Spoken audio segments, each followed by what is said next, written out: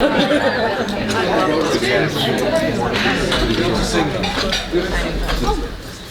afternoon again. As promised, I'm starting a few minutes early because I have a few things to say, and I don't want to take away from the time with our journalists. My name is Patrice Franco. I'm professor of economics and global studies, and I am most honored today, of all days, to say that I am the director of the Goldfarb Center. Today's a special day, not only because we have parents and family members visiting us. Can you raise your hand if you're visiting as a family member, perhaps? So awesome to have you with us here. Members of the community, very familiar faces. But it's a special day because it's our Lovejoy Day. In commemoration of the fearless, courageous alum of Elijah Parish Lovejoy, we're reminded to stand for what we believe in. We're reminded to be our best, most principled self, to think about what's important to us and how to carry that forward out into the world, even with the greatest of sacrifice. As you will hear more of, Elijah Parish Lovejoy will have a more fulsome introduction in the chapel at 4 o'clock. Lost his life defending his press for his abolitionist stance. And I hope that that courage that we know of this alum, I know you will also see in our journalists today. Today is not going to be a very cheery story.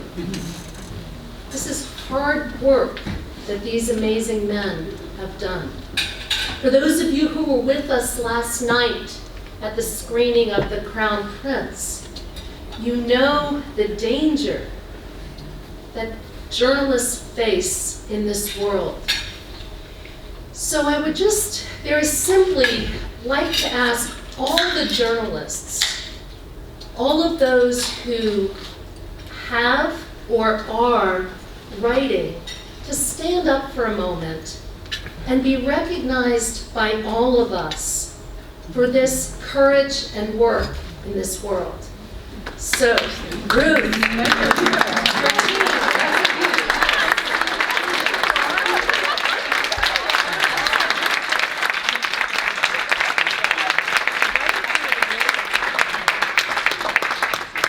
Many of those standing are Ruth's team. Ruth Jacobs-Jackson is our Vice President for Communications, and Goldfarb has been so pleased to partner with all of you. Pulling these multiple events off has been a bit of a trick, but one that is filling my heart here to see how many people have come out to stand with the journalists. As I'm thanking, there are two people that I want to thank quickly, and one for whom I will have many more words. The quick thanks, Sherry, are you in this room? I think there you are. Sherry Berard has been at the center of so many of the logistics for this week, and so I want to thank you very much for all you've done and will do.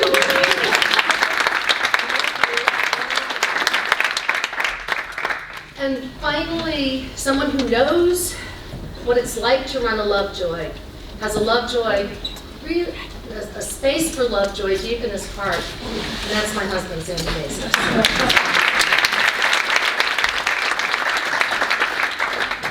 Marty Kaiser, seated in the center, will be introducing his colleagues and friends, David Shribman and Rick Hutzell. But before I turn to introduce Marty, I'd like to take a moment to thank David Shribman for his extraordinary service on the Lovejoy Selection Committee. Elijah Parish Lovejoy was in danger of losing his press in Alton, Illinois. He ultimately lost his life.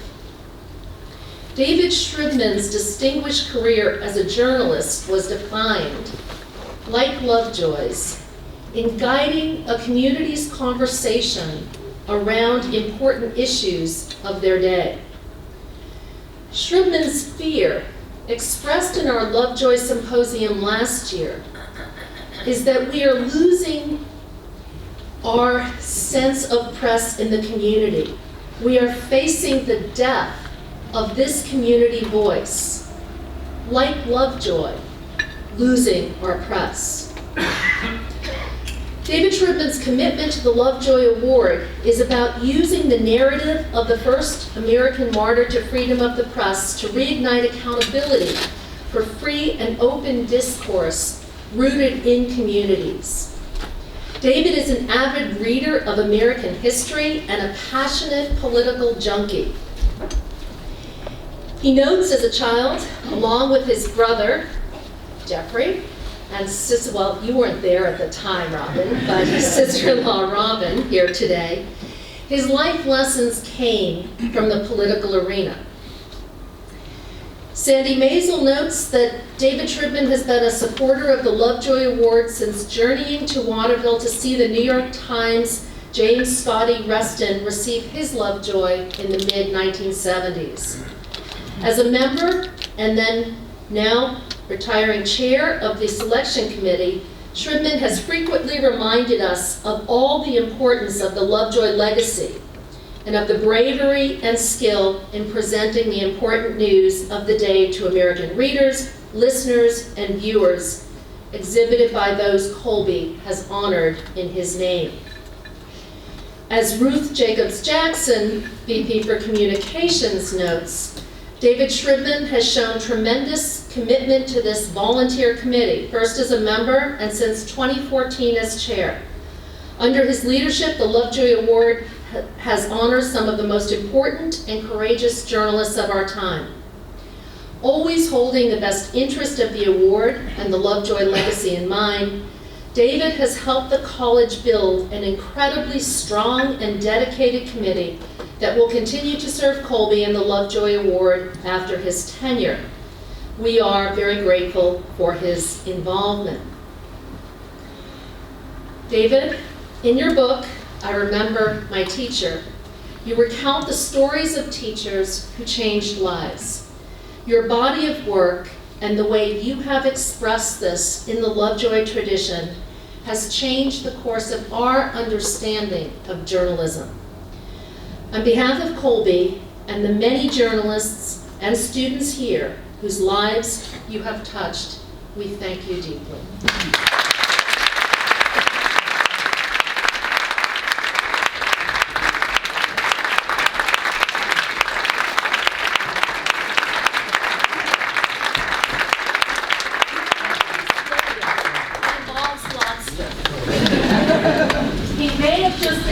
Because of lobster all of this time. So. If I could just say, it's a great privilege to be able to hear your eulogy while you're still alive.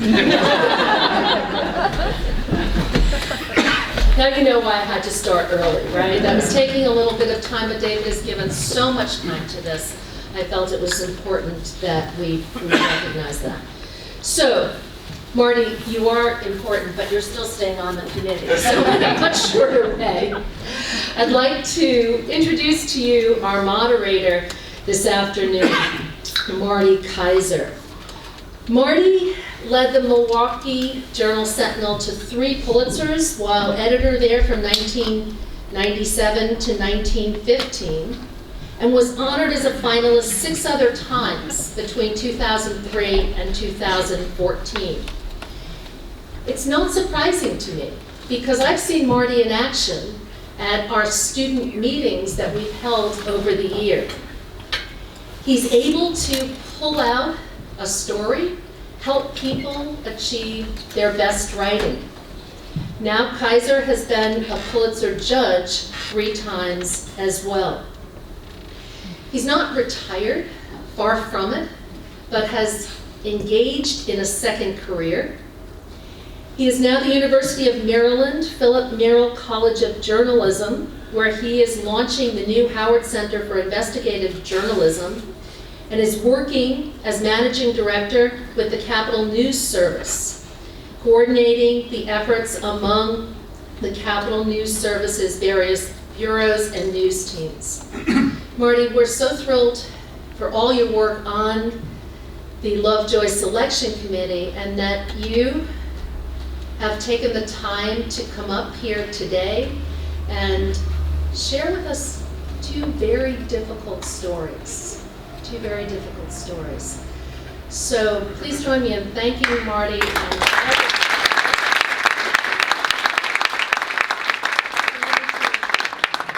Thank you, Patrice. It's really been a special honor the last few years to be on the Lovejoy Selection Committee, to feel so welcoming coming back to Colby. This is really a special place, and it's really made me proud to be part of it. On my right is Rick Hutzell. Rick has been editor of the Annapolis Capital Gazette since 2014. Worked for 30 years for that newspaper. Knows around Anne Arundel County backwards and forwards. On June 28, 2018, the largest killing of journalists in U.S. history took place in the Capitol Gazette newsroom.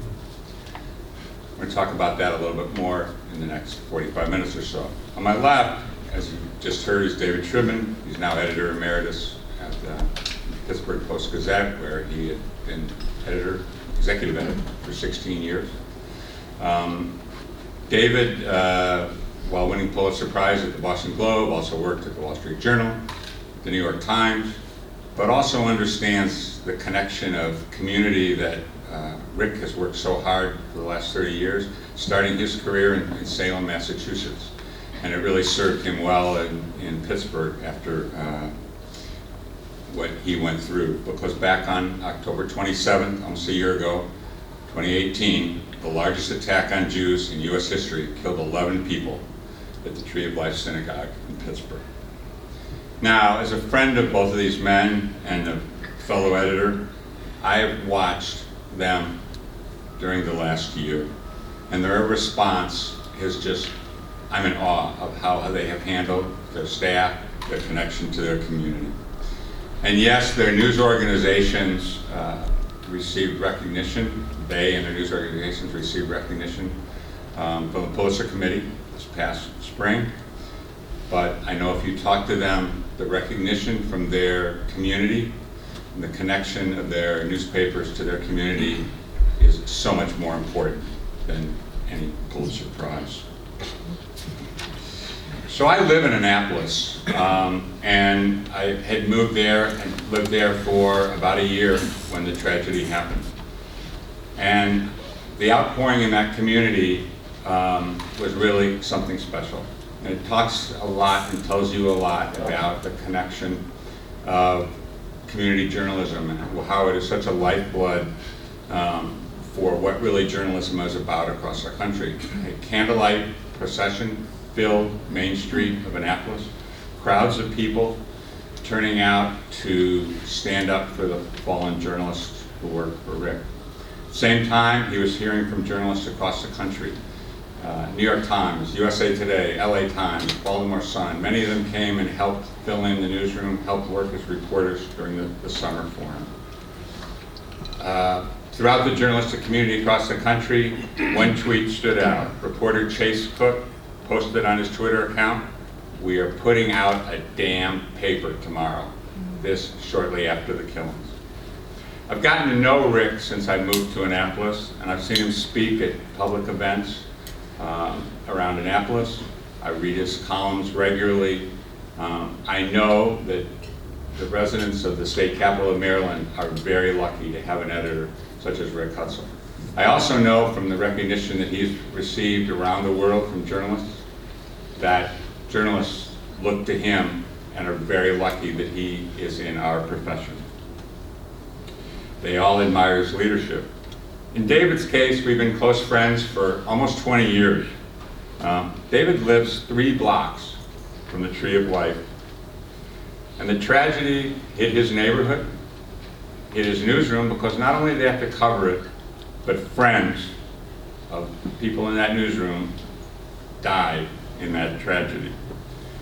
His powerful columns, I believe, helped the community men come together, They put together a incredible coverage on the next Sunday morning with a headline that I'd like to start by David doing a couple things. Talk about that headline, and then I'd like you to read the first couple paragraphs of the column that you wrote while this was happening. The headline came on Friday morning following the tragedy, which would have been 7 days later, but it was Friday is the Jewish Sabbath, and at the Jewish Sabbath, at the end of the service is the prayer for the dead. So, with some trepidation and against the advice of everybody I knew, I put in the headline in 64-point type the first 4 words of the Jewish mourner's prayer in Hebrew.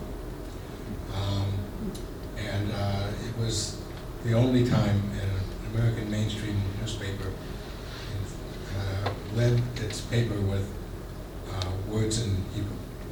These were not transliteration, these were the actual Hebrew letters. Most of our readers, 65% of our readers are Catholic, had no idea what the hell that was. And under it we had the translation, of course. And so my thinking there was, when you can't find the words to describe what happened, maybe you're thinking in the wrong language. So we went to the ancient Aramaic, and it was a powerful statement, I think, for Jews around the world who, I'm proud to say, reprinted it. It was the most reprinted thing we've ever done. And for non-Jews who wanted to share the sadness of the moment and to feel part of a community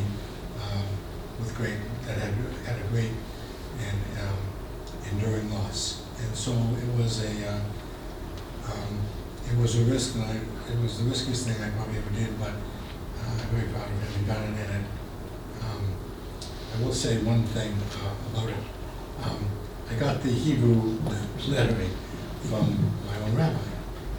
And then I went to dinner with him and a bunch of rabbis who come into town for these services, and he gave it to me in Hebrew.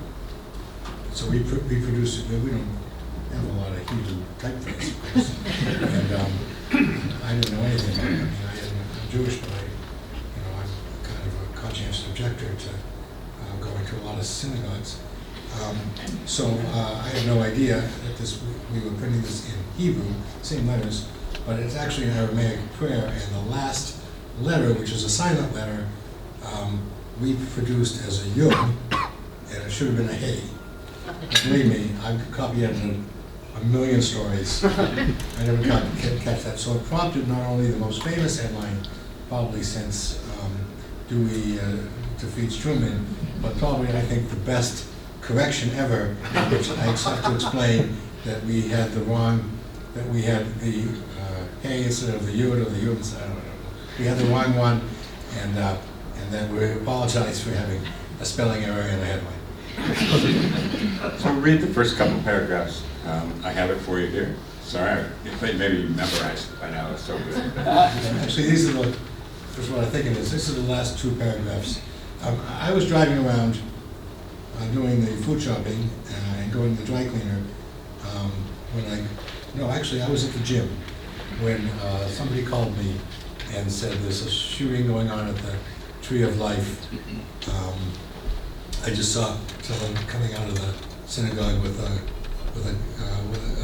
shooting a gun, and it doesn't happen every day. So I'm a trained observer. I knew immediately that was a story. So I didn't shower that day, and for some reason drove to right there.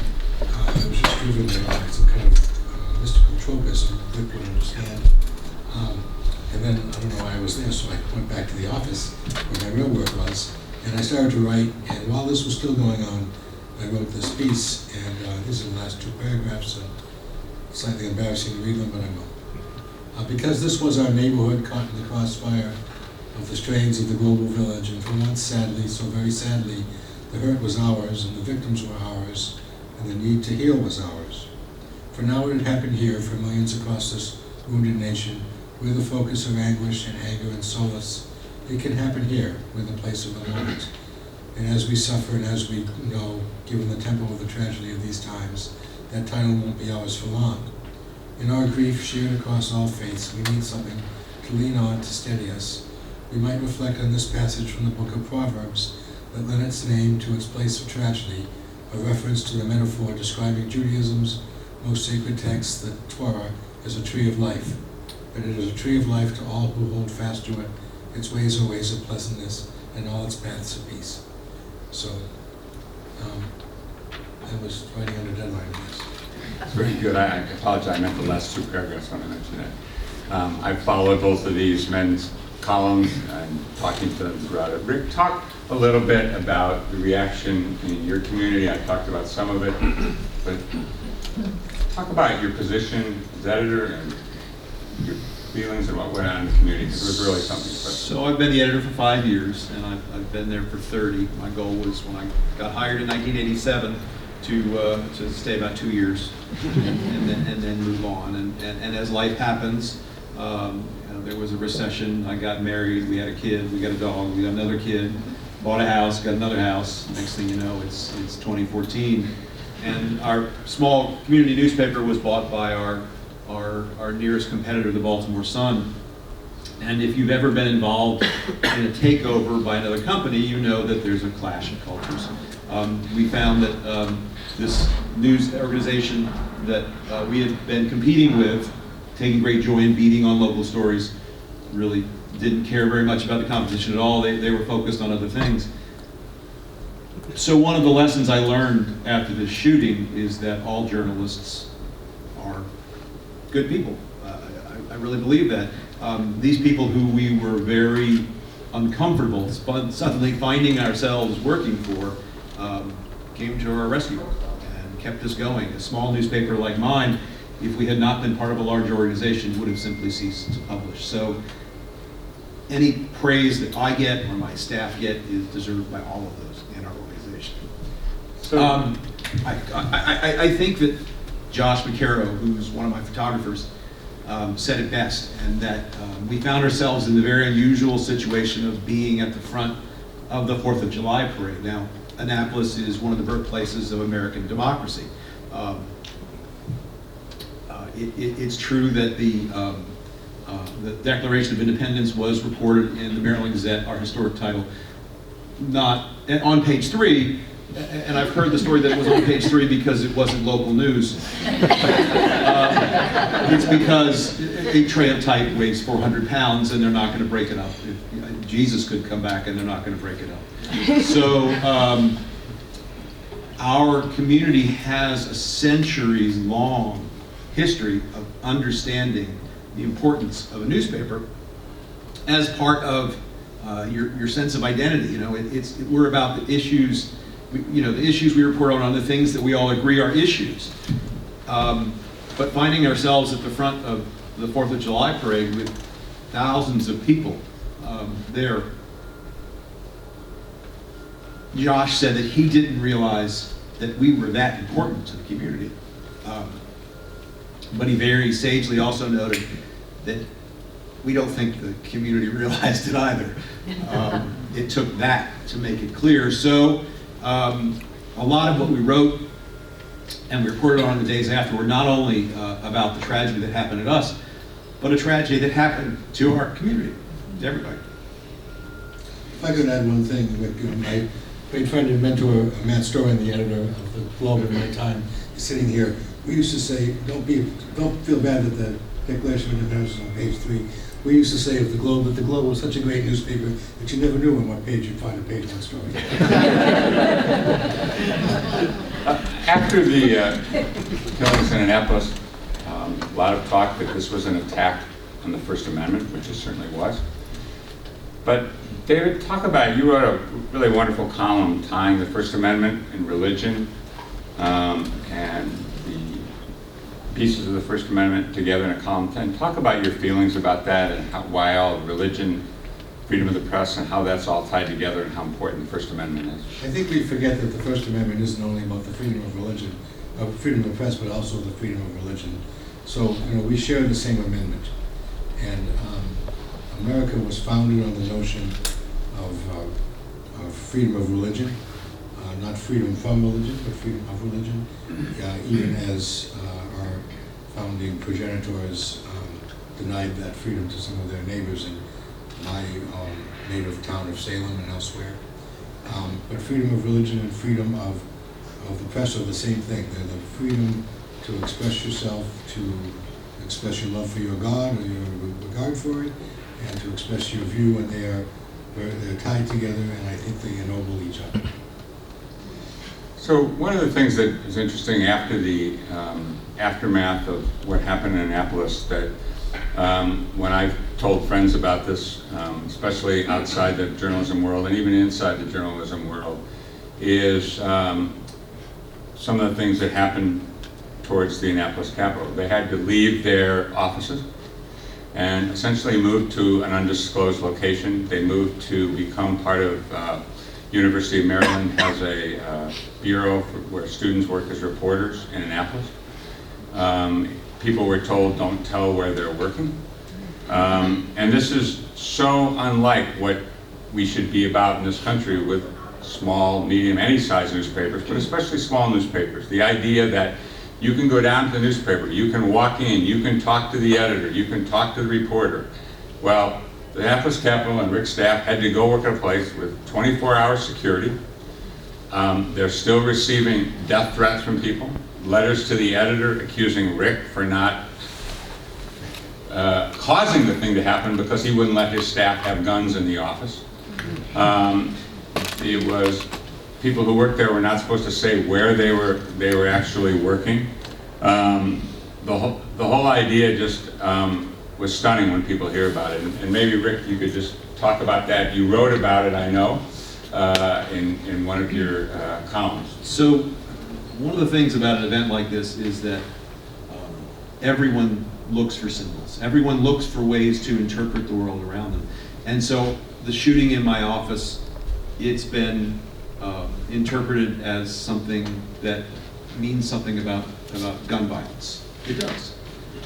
It's been interpreted to mean something about freedom of the press. One of my staff members charged the gunman, famously with a recycling bin and a trash can. She was the only one who had taken active shooter training.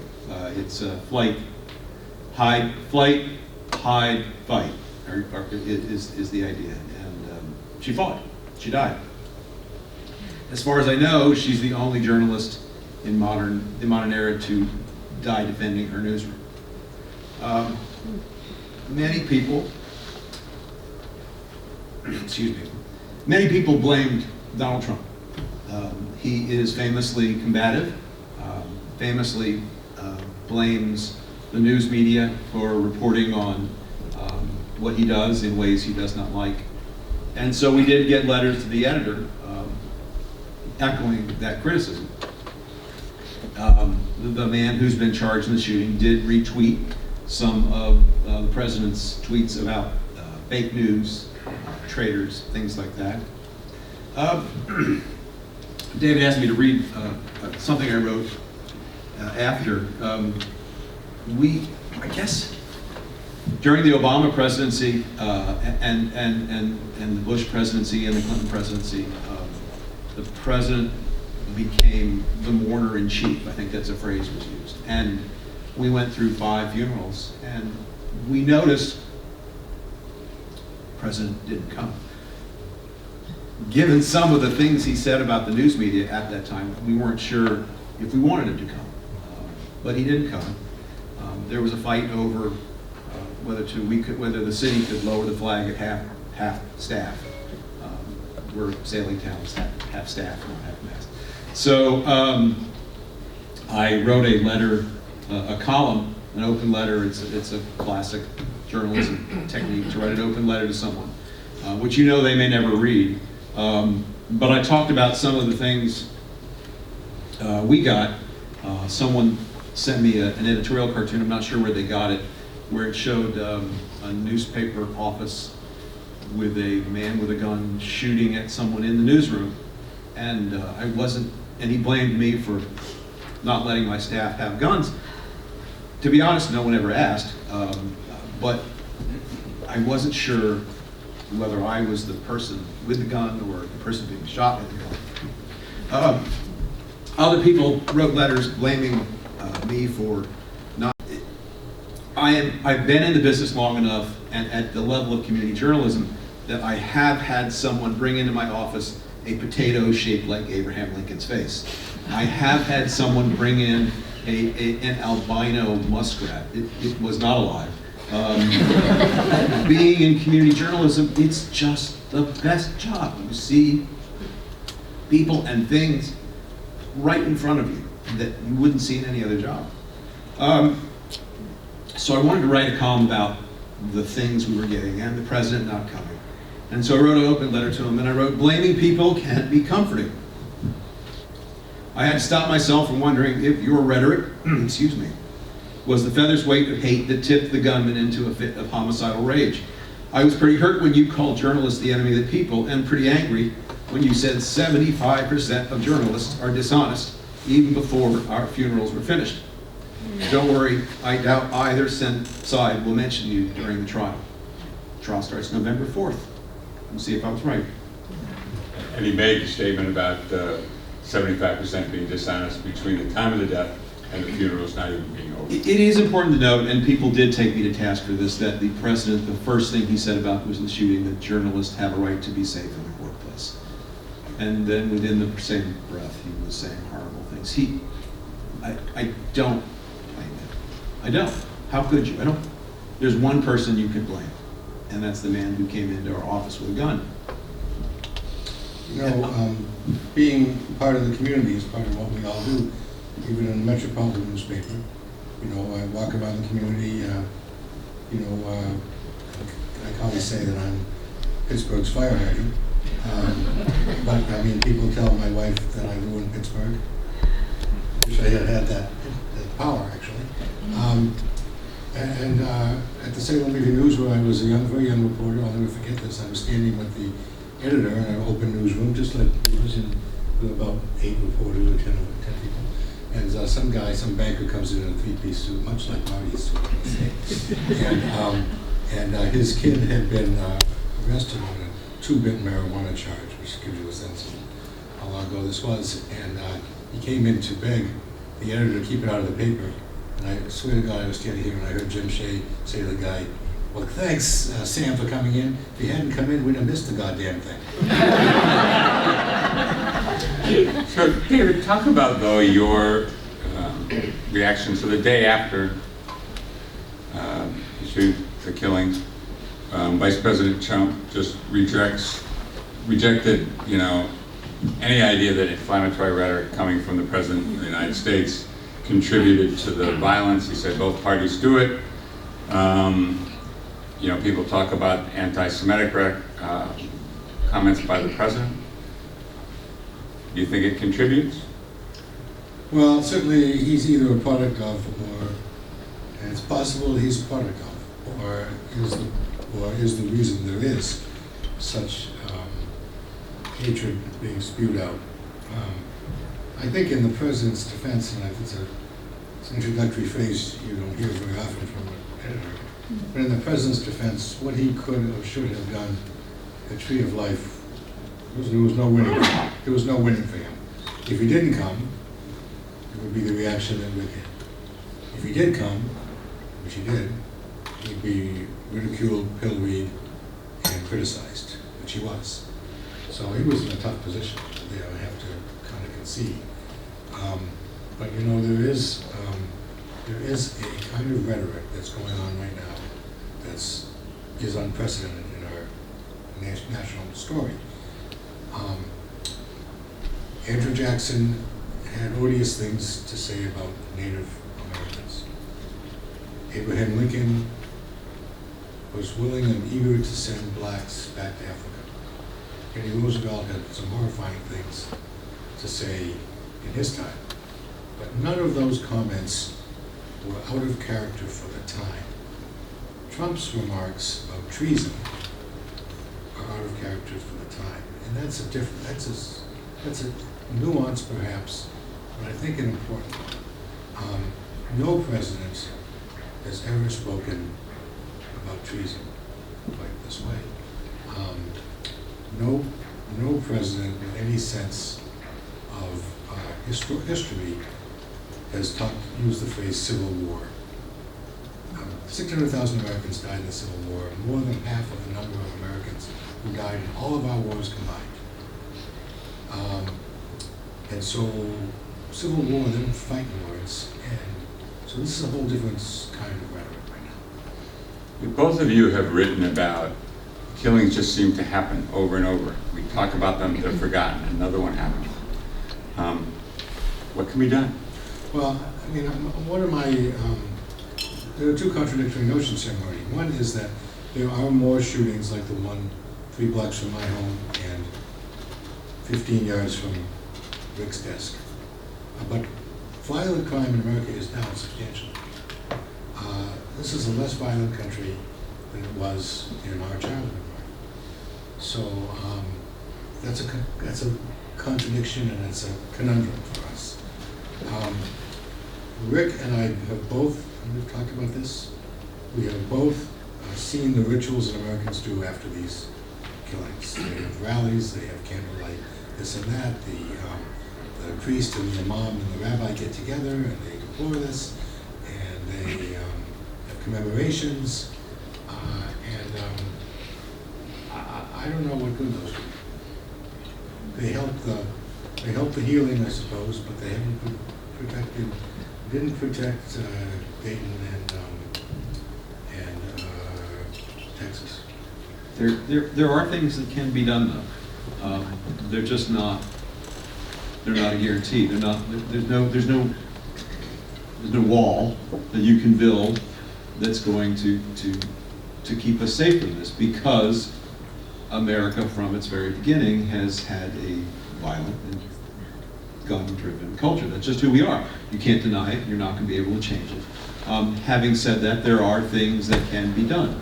Red flag laws do make a difference.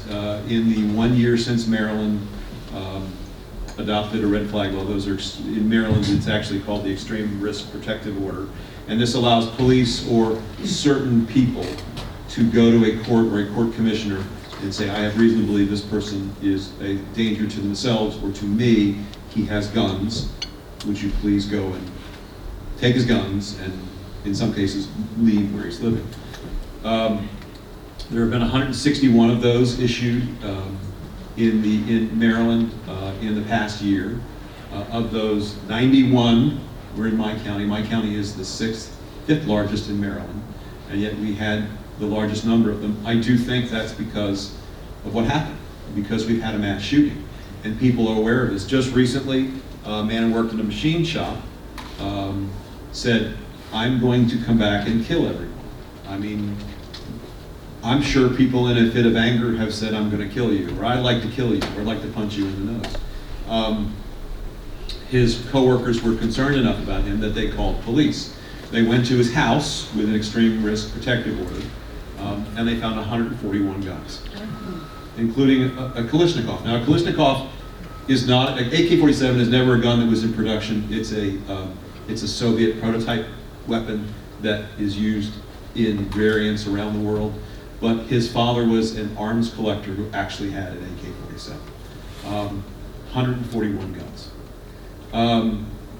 The flip side of that is, within the first month of that order being there, police went to serve one of these orders at a house where there had been a family squabble.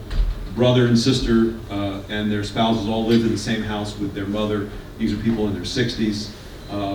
And there was a fight between the siblings over the care for the mother, and the brother said, I'm going to kill you.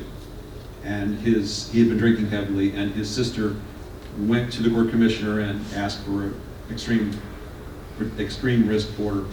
The police came the next morning, and the men tried to shoot the police officer and was shot dead.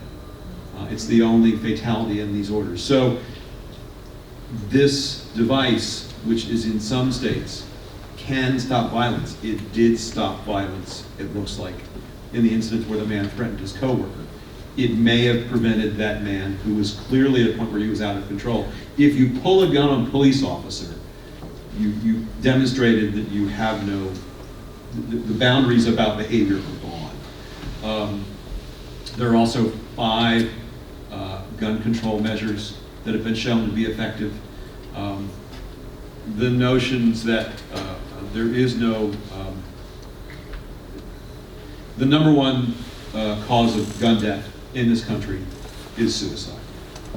The number one,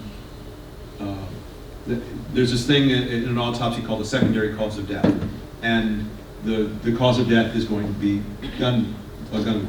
Secondary cause of death is the number one secondary cause of death in gunshot wounds tends to be dementia, and the number one category tends to be men over 50. Men over 50 who own guns, who are beginning to suffer from dementia, tend to be the bulk of the people who kill themselves with guns. Having said that, we are much safer because gun violence is down as a whole. African Americans make up the vast majority of the rest of the gun death population, and we're not addressing that.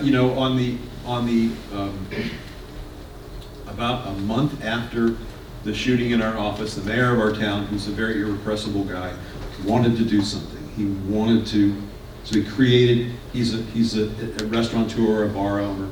And he wanted to have a party, essentially. He wanted to have a concert that would raise money for the fund that helped the families. And I had to be dragged into it kicking and screaming because I didn't really want to talk to anybody. And it was held on the anniversary of the death of a young man that had not been solved, an African American man who had been involved in drugs. Didn't mean he should have been murdered the way he was. Police have been unable to solve it even now. The mass shootings are terrible. They are an epidemic that is destroying this country, and they are hiding us from what is often the real problem involved in gun violence, and that is people who shouldn't have guns and a culture that says that guns are the way to solve disputes. You know, I'm sure this is your experience too, Rick, that guns are so pervasive a part of our society that they raise ethical issues for editors all the time. This is an example. I was at Costco. You must think I'm shopping all the time. I was at Costco on a Sunday afternoon, and I got a call from the police chief who said one of your reporters is about to write a story saying that such and such an officer was going to be disciplined, and I have to tell you that if you write that story, he'll kill his girlfriend. So I don't know what you would do, and it's a nice case study for journalism class, but what I did was there's no guidebook for this kind of thing, but so I thought about it for a while, and then I checked out my, had a couple more samples at Costco. Called the chief back and said, I'll make you a deal. I will kill this story if you take this guy's service weapon away and take him off the street. I suppose I broke every rule of journalism, but you know, one of the things we do, and Rick is the personification of this, is that we are part of our community, we serve our community. So you're talking about your staff, David, and I read somewhere where you were, after the shootings, you spoke and you said, when asked about your staff, we've been better, but we're not better yet. How's your staff doing now? Well, it's been tough. You know, I would give kind of a homily every day before we, in the middle of the morning, and I gave a talk. I stole this line from the British Parliament debate about World War I in 1939. But I said, we don't only speak to Pittsburgh, we speak for Pittsburgh. There was this line during the debate about the German invasion of Belgium in 1939, and the Liberal leader stood up and said, speak for England. So we speak for Pittsburgh. So one of the things that salved us a little bit was this notion that we are speaking for Pittsburgh. But truth to tell, our city editor who directed her, Lillian Thomas, who directed our coverage, her family physician who she had seen that week, was killed. Our youngest reporter, who lived 2 or 3 blocks from the Tree of Life, was deeply, and he was involved in the coverage, and he is Jewish. We have very few Jewish employees. He was Jewish. I had to counsel him and sent him to counseling. He was deeply affected. One of our other reporters' mother had lunch with 2 of those victims every day for 2 years. So this was not this was not something that we watched from afar. This happened in our neighborhood. My best friend in Pittsburgh's father used to be the executive director of the synagogue. He was going to go to temple that morning, but he overslept. He's 93. Thank goodness he overslept. He's the only old person who sleeps past 5:30 in the morning. And so this was part of our, this was not a, we weren't writing about people we didn't know. We weren't writing about a neighborhood that I drive by that synagogue every day. And so we salved ourselves, if not saved ourselves, by service. That what we're doing is a service. And that, I think Rick, your photographer of editors said, we're putting out a damn paper today. He was saying the exact same thing. That we were there to serve. And it sounds like a cliche, but I'll tell you a story about one of our reporters, and Matt knows him, Michael Granish. I was a political reporter in the Washington Bureau when I was Washington Bureau chief. And some guy who had worked for Kennedy or Kerry called him up and said, I'm joining you in the public service, you're going to become a flag somewhere. I'm joining you in the public service, in the public sector. And Michael said, I'm not in the public sector, I serve the public. And he wasn't being haughty in our toughest moments. President Kennedy used to like to quote Hemingway, talking about grace under pressure, but I saw beautiful grace under enormous pressure.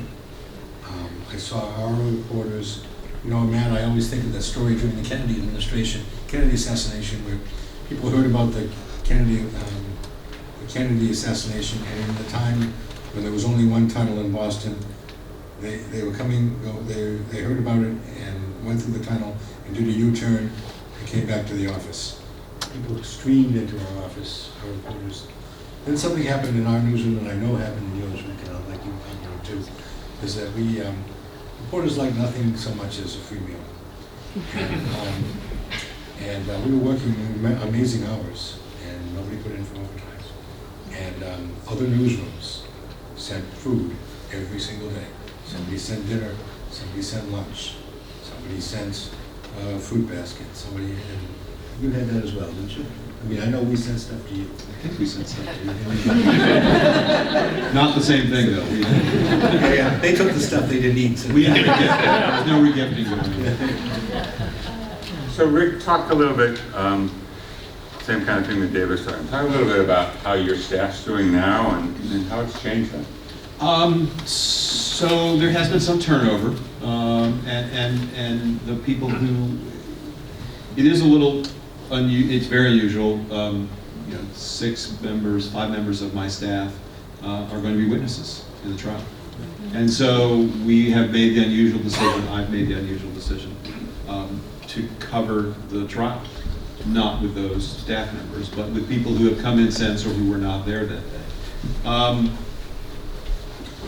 Rick, can I just say? Yeah, please. I'm interested.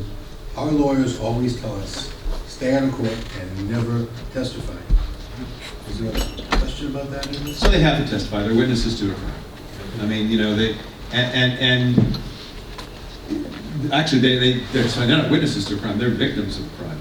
The man who was charged with I forget how many counts of assault with attempt to murder, because he tried to kill the people who survived. And so they are victims, so it's a different thing. So I've taken them out of the role of covering anything to do with the shooting or its impacts, which cuts my staff significantly. So we are covering the trial, and we're taking steps to make sure that we keep a barrier between the staff that is working on the story and the staff that is part of the story. I mean, it sounds like a recipe for not doing good journalism. But here's what I decided, and that is it's two things. One, we are part of the community where this was a crime. We report on things going on in the community. That is the only thing we do. It always amazes me when people want us to do a story about something in Washington. I'm like, I love going to Washington. Museums are great. We don't report on what's going on in Washington. We're a community newspaper. So if we were to ignore the biggest story since the Civil War in this community, maybe, pick your world event, we would be falling down on our job. And there is also the truth that this was very clearly an attempt to silence us. It was an attempt to kill me. And everybody works. How is your staff? How are they changed by this? How have you been changed? There are people who suffer from post-traumatic stress, who are having counseling, who are, I've discovered, not through personal experience, but through some of the anecdotes I've been told, that some of the medication they give you for post-traumatic stress makes you sick in the morning. Who knew? They never told you never hear veterans talking about that. And it's made us probably more sensitive to victims of crime. We try not to, we've always tried to write about the victims rather than the person arrested. We try to talk about the family of the person who may have died in a car accident or a gun violence or something like that. We have always used mugshots. It's not an uncontroversial thing, but we have always used mugshots in crime reporting. We still do, but now we don't use them when that case comes up to court. We use something else. Because what we've seen is that the mugshot of the person will come up on your phone, your news feed, whatever it is you do. If you're Googling about Annapolis and you live in Annapolis, you don't have to dig very far in to see a picture of the man charged in the shooting in my office. It's a scary looking dude. And we don't use it in that way. We've refrained from asking other media not to use it. But it's true for anybody who's been a victim of crime. If you're a victim of a rape, and the guy comes up for trial, and there's his picture, you've been victimized again, not intentionally, by the news media. So we're more conscious of things like that. How's it changed you? It's funny. I think I was telling you this. In some ways, I'm the stereotypical newspaper editor. I go and represent my paper at the crab soup cook-off. And so we were at the crab soup cook-off at the Maryland Seafood Festival. It's a great job if you can get all the crab soup you can eat. And someone suggested to me that I see a doctor about getting a shot in my neck that would allow me to put the trauma in my life at arm's length. And she was trying to suggest something that would help separate me from this very difficult thing. I mean, you heard the emotion in my voice when I was talking earlier. It's hard to talk about this. I would no more separate myself from what's happened because it's happened. It's real. It's my life, and I'm living this. And it informs my journalism, and it informs my writing, and it informs what my newspaper does in our community. One of the things about being a journalist is you have to look life right in the eyes. You don't get to look away.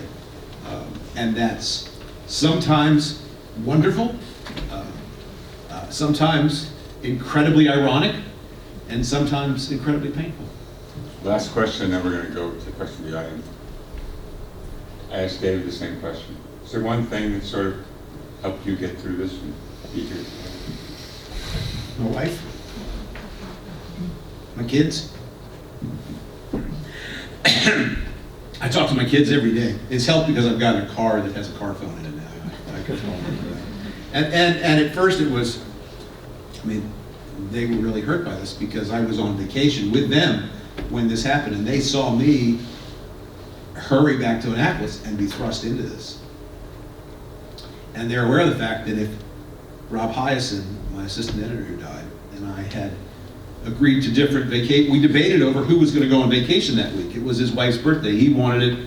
We had bid on I'm from Ocean City. I never wanted to, it's a resort town in Maryland, and I never wanted to vacation there. And my wife and I were at a charity event, and we had been talking about how do you keep the kids coming back and staying with you? And someone said, you pay for the vacation. So we're thinking about where we want to go.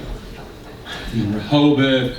These are all foreign towns to you, but they're beach towns that are nice as opposed to the one I grew up in, which is 10 miles of neon lights. And we were at a charity auction, and week at an ocean block condo came up, and we said, sure. That charity auction saved my life. And so my family has helped me. Telling the story has helped me. Being focused on the work, I am probably now never not working. I tell my staff who struggles with this, speak through the work. That helps. Questions?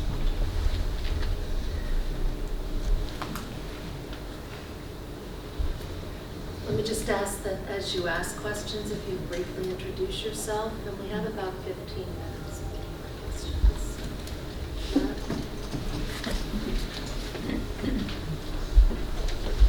I'm the previously referred to Matt Story, got fellow hire David. I was wondering, particularly with regard to Annapolis, newspapers are often not exactly beloved in a community, not that it normally results in any violence. I know David will remember this very well. When I was editor of the Boston Globe, Bostonians routinely threw in an adjective describing the Globe, and it began with F, and I'm not going to repeat it here. But I'm wondering whether you can sense a different attitude in the community just toward your newspaper. Do they understand better what you do and the risks at which you do it? I certainly, they put us at the front of the parade. Normally journalists, somebody pointed this out, normally journalists cover parades walking backwards because we're taking notes. So we weren't quite sure what to do. And if you look at the pictures, I am definitely not in the front row. I was hiding from the camera. So I think that I've told people this, we're all in this together until we're not. People love us until they remember to be mad at us again because the paper didn't come or we didn't get there. In the sports notes on page B7, we misspelled somebody's name because that's how the coach sent it to us. You pay for the paper. You pay for the online service. You have a right to have mad, sad, glad, happy, share it with somebody, laugh out loud, oh, how bad is this? Those are all legitimate reactions to what you read in the paper, and we get them all. So do people still love us? I mean, I guess they always loved us because, the nickname of my paper, I can say it out loud, it's the crab wrapper. If you which I always thought was an endearment because, we come to your home, we help you eat dinner, you lay out the newspaper and then you crack crabs on it. And then we help you clean it up afterwards by rolling it up and throwing it away. And we give you something to read while you're eating. I just thought it was a great endearment. It's a very difficult time to be in newspaper because people are willing to blame newspapers based on their political stripe. But that's not new.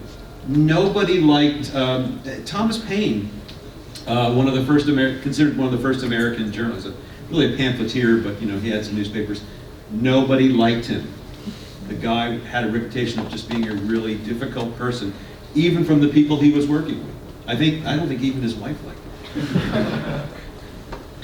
Thank you. I'll add quickly while somebody's got the question. Living in Annapolis, Matt, I had the same sort of view you did. I was just stunned by the number of people who turned out. I think it hit something. I don't think people knew how much they liked it. Yes. It did. Oh my God, this is happening in my town. This is happening to our newspaper. It was sort of standing up for the community. Just, to me, incredibly remarkable. Jerry?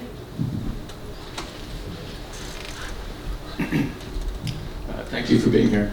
I'm Jerry Boyle. I'm managing editor of Colby Magazine, but in a past life, I worked for newspapers, and I was one of those people who write things that sometimes people don't like at all. And so you get used to it, but on one occasion, I was getting threats that seemed to have a little more meat to them than usual. And so I went downstairs to the person who was in charge of the building, who was also on the business side of the business. And I explained what was happening, and the guy looked at me and he said, well, just stop writing things that piss people off. And so my question for you is, Why is that not, it's both an acceptable answer and a not acceptable answer. I would always say, well, to people who wrote happy talk stories, why don't you, sometime before you die, write one story that pisses at least one person? So I don't think that there's a problem. I like it when people piss people off, and that's we're, maybe a brother and sister-in-law might agree with this. It might be character peculiarity. I didn't say a character attribute. But pissing people off is one of the things we do. And it's one of the very few things we do really well. And that's what our job is. You ever read a story, everybody drove safely to work today? Yeah. I want to read that story. 1,000 planes landed this year safely at Pittsburgh International Airport. And a good time was had by all. Yeah. And so I always tell young reporters that the greatest thing about being a reporter is to be able to ask impertinent questions of your social better. And so I'm not troubled at all when people are pissed off at the Post-Gazette or anybody else. I think it's, we had a great example, Matt will remember this, when John F. Kennedy Jr. died, he had a burial at sea, and we wrote a story. I was Washington bureau chief, and my peculiar character flaw was that I asked a reporter to write a story about how much that cost to bury a civilian at sea by the Coast Guard. And we got a horrific number of Kennedy loyalists. You can imagine who those were, calling us up and saying, you use the same Bucky Dent word. You jerk, I almost said it again. you bad guys for doing this. He's a national icon, etc., etc. And I took 5 or 8 of those, and I said, oh, too bad. And then came another call, and it was from Senator Kennedy himself. And he said, I want to thank you and salute you for doing your job. And I had to say, that was one class act, and not out of character, right, Matt? You have to be ready to make people angry. I mean, there are also journalism for an entity that tries to tell you not to use cliches. Journalism has more cliches about what it does than probably any other profession I know. Speak truth to power is one that we say to ourselves a lot. Usually when someone's mad to us, it's our job to make them mad. We just had an election shooting took place in June of 2018. A couple days after the primary, we had a local election that most people thought was going to be a walk for the incumbent. Ironically, his name was Shu, and he lost. And part of the reason he lost is because we covered his administration very well. So much so that the candidate who beat him followed our stories. It was like he was just, okay, I'll campaign on that. Okay, I'll campaign on that. And then when it came down to an endorsement, we endorsed the incumbent. And my favorite, and I mean, we made a lot of people angry. Clearly, this was going to be the majority in the election in a few weeks. My favorite response of all time, of anything, I mean, believe me, I've gotten a lot of letters to the editor, good, bad, and different about, this person said, does the Capitol not read the Capitol? Sometimes we get blamed for stuff that we didn't even do. We had an episode where the local congressman who was fervently anti-abortion, we found out that he was having an affair. And we were about to write this story, and I convened our College of Cardinals to discuss how to play this story, and it occurred to me that the congressman having an affair was really not so unusual, and so I said, we're not writing the story. It's not a story. Congressman having an affair. And they were all pissed off at me, but 4 minutes later, one of the most pissed off people came into my office and said, Congressman so-and-so just sent out a press release saying he had an affair. So now it's bombs away, right? And so he blamed us for all of this, and without knowing that I killed the story. So if he hadn't been such a jerk, And so he would preserve his re-election, no one would have known. And then no one would have known part two of the story, which was this anti-abortion guy talked to his mistress about getting an abortion, which we didn't hesitate to write. I certainly hope someone told him that he had outed himself. Well, he's not speaking to me, so. Sandy? I'm Sandy Mazel, I'm government professor, I come up here. So, I'm in awe of both of you, and David has known this for a long time, and I stand that way as well. So I hate to ask a question which has a slightly negative Why should you do this? connotation. I do it all the time. But the question is this: so much of the change of rhetoric that has dominated our politics, our discussion of guns, all of these issues, comes out of social media, and frankly, the echo chamber of the mass media to social media. What is the responsibility of the press to cover what politicians say on their Twitter accounts? And what is the responsibility to not cover some of the things they say on their Twitter accounts? So for good or ill, social media is currently how people are talking to each other. We cover local politicians, we don't cover the president. We cover Congress a little bit, but Maryland's such a Democratic state, I mean, you really have to die to get unelected if you're a member of Congress. And our new county executive he's essentially the mayor of the county. And he uses social media to announce positions, announcements. Not a press release sent to us, not a press conference in which we're the only ones that show up anymore because of the decline of competition among news media. But he'll announce a position on Facebook. If you know Maryland, you know a big geographic feature is Chesapeake Bay. Cuts the state more or less in half. And there's 1-2 span bridge. So it's one bridge that went up in the 50s, one right next to it that went up in the 70s. Getting to be a little long in the tooth, and they're always jammed with traffic. And so there's this long running debate about where to build a new one. Well, lo and behold, the decision is right next to the two, which if you live near them, there's something of an inconvenience. And so that's the debate going on now. And then these are 65-year-old or older structures. And so they have to be maintained. They're currently in the process of redecking one of them over 2 years. So it's going to be an even bigger inconvenience for the people who commute back and forth and the people who may be going to the beach and truck driving. And so on Friday, the first weekend where some of the traffic is going to be changed in a way to make that work possible, causes a disruption, was a 15-mile backup, which is a good-sized backup. The county executive on Monday got on Facebook and said they've just launched cashless tolls. These are where you drive through, takes a picture of your driver's license, and you get a bill from the MVA. They just launched that at 2 other bridges in Maryland. They've known this project was coming for 2 years. Why didn't they start it here? It's a story. He's right. We called him and did an interview with it, but he made news on social media. So it's not the channel. It's not the channel that's important. It's what's being said. No, that's right. But that is a story. Some of the things the president said are not stories, other than Aren't they? the president's. Sandy, would you shut down like Mel Harris, would you wants to shut down Trump's Twitter account? No, I want you to.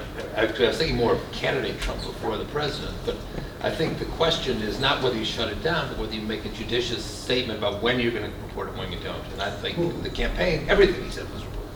Okay, so when I was a high school student, I had this teacher, Charlie Kimball, and my brother Jeff Hadley.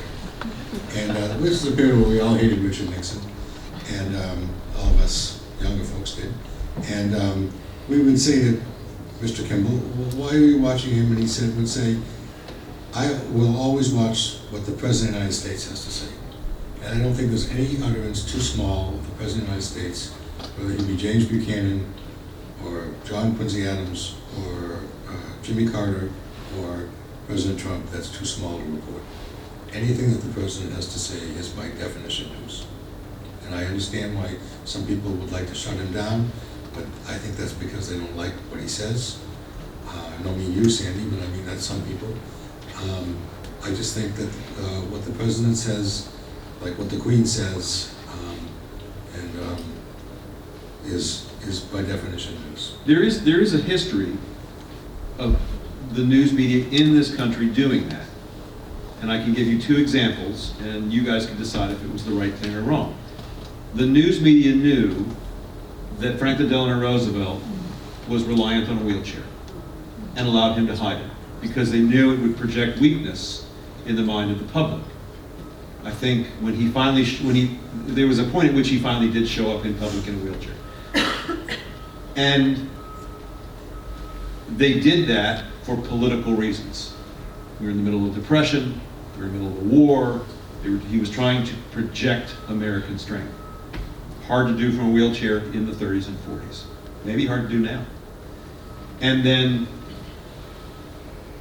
I won an award this year, I'm not bragging, I won an award this year named for Ben Bradley. And Ben Bradley was not only covering up JFK's serial philandering, he was a party to it. He was on the boat. And the word party is really relevant here. I mean, okay, you can say it's a different era. You can say that you can't judge actions of the past based on the mores of the present. Sure you can. I mean, if we did not allow, as news media, for the President of the United States to use his office to procure and have sex with women, would women in the 60s have been treated they were until they stood up for themselves and started to change things? So there is a history of ignoring what powerful public people say, and when you start to look at the reasons that they did it, it's not because the president's extramarital affairs are no one's business. It's because they were doing it too.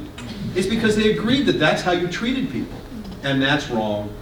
And we are not in the business of judging people's actions. We are not in the business of saying, okay, if the president uses racist language, we're not going to report it because we really know he's just trying to distract us from what's going on over here. You report it.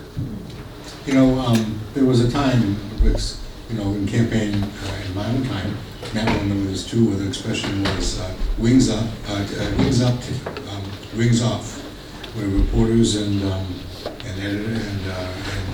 candidates in their shared world would, well, as I used to say about Gary Hart, he believed in marriage but wasn't a fanatic about it. But that era is over, and there were a couple of examples where the press has not reported stuff it knew to its detriment. You know, reporters knew about the Bay of Pigs invasion. You all know about the Bay of Pigs because the next word that always comes is fiasco. But and didn't write about it. And President Kennedy said that was a big mistake. Don't ever do that again.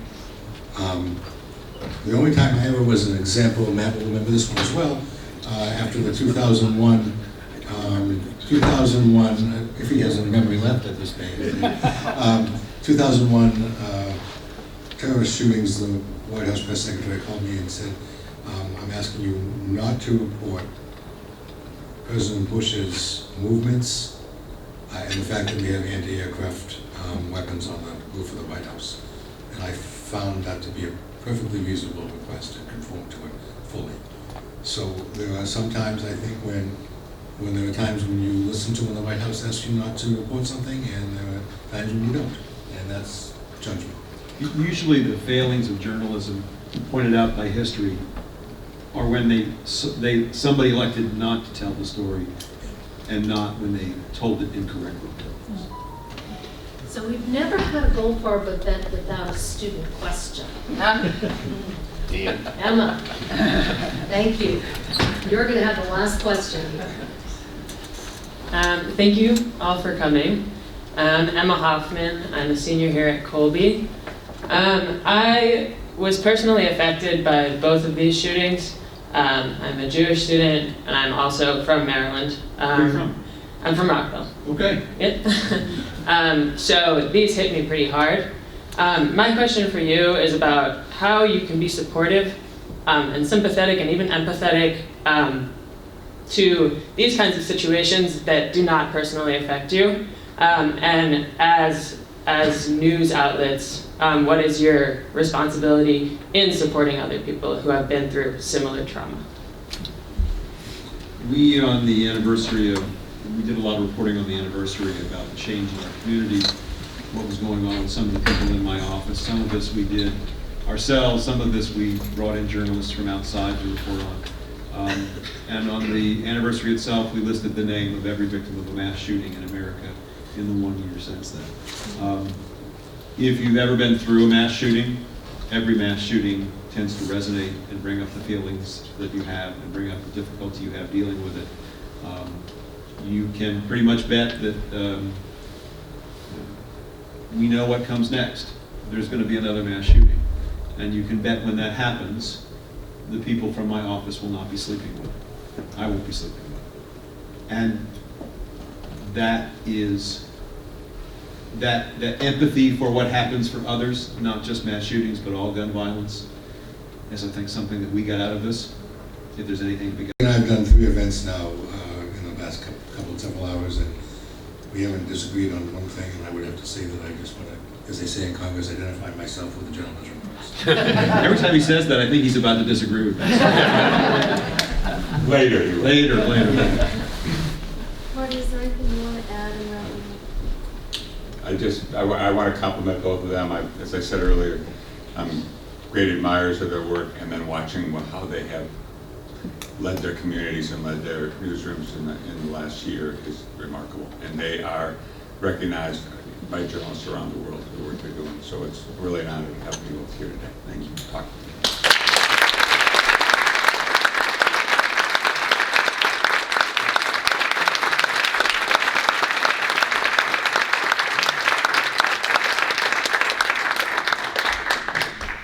So I'm guessing that, like me, you're all changed in this hour of being able to hear and listen to the honest and in some ways raw emotion of these men who have stayed with their community and continue to cover and speak with and for their community. Today is about honoring journalists, those with us and those who have given their lives. So I thank you all for being here. I hope that many of you can also join us at 4 o'clock when we continue this conversation, when we continue to stand with these people in our community who help us understand ourselves better and help us to be better people. Following the 4 o'clock panel in the chapel, there'll be a reception in Potter Union. And I really hope that much as you have this afternoon, that you come up to our journalists and thank them. Because the work that they do is very personal, it's very hard, and so very important for us as a community to be better. So thank you for being here.